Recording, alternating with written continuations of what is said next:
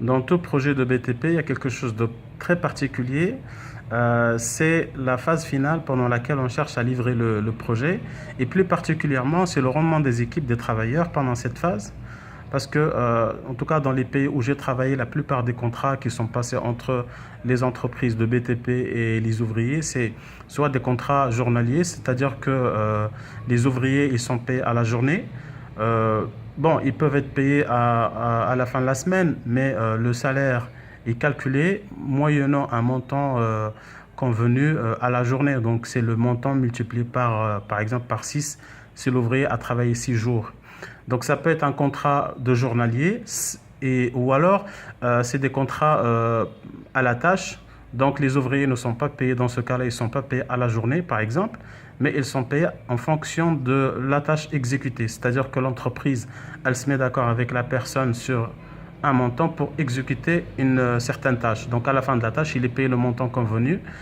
Ou ça peut tout simplement être un contrat de sous-traitance entre la grande entreprise ou l'entreprise générale avec une petite entreprise selon les travaux en question. Et voilà, et donc cette entreprise sous-traitante, elle a le droit de renforcer son actif, peut-être changer des personnes, etc. En tout cas, l'accord, il est passé entre l'entreprise et l'autre entreprise, pas entre l'entreprise et les travailleurs.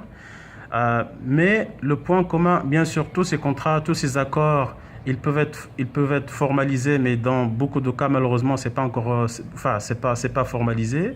Mais c'est pas l'objet de notre vidéo d'aujourd'hui.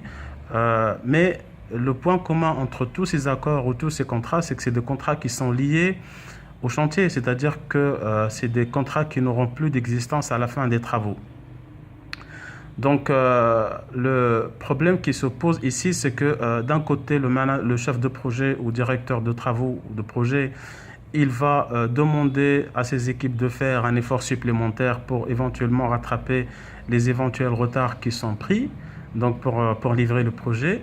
En même temps, dans la tête de ses ouvriers, parce qu'en augmentant la cadence, en augmentant le rendement, c'est des personnes qui n'ont pas de visibilité sur leur carrière ou leur travail en tout cas à l'achèvement des travaux parce que pour certains, peut-être qu'ils vont perdre de travail, peut-être pour d'autres, ils auront la chance, s'ils ont la chance, ils vont avoir peut-être de nouveaux contrats avec la même entreprise dans d'autres projets. Mais pour le contrat qui est signé, qui concerne ce projet, il s'arrête à la fin du chantier. Donc, c'est complètement paradoxal de demander à quelqu'un de faire un effort supplémentaire et qu'en contrepartie, il va perdre son travail. C'est pour ça que vous allez sentir que les travailleurs, ils vont faire consciemment ou inconsciemment, ils vont essayer en fait, de prolonger au maximum cette phase. Le temps qu'ils aient une visibilité, peut-être qu'ils trouvent un travail, etc.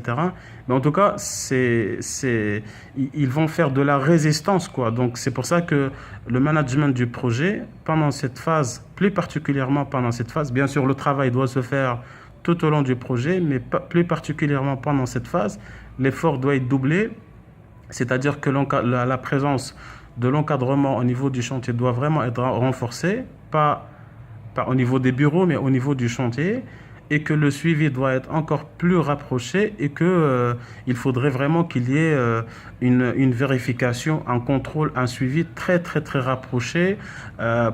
Par exemple, donner des objectifs, vérifier derrière est-ce que les objectifs sont atteints, etc. C'est une période qui ne peut pas être gérée comme les autres périodes.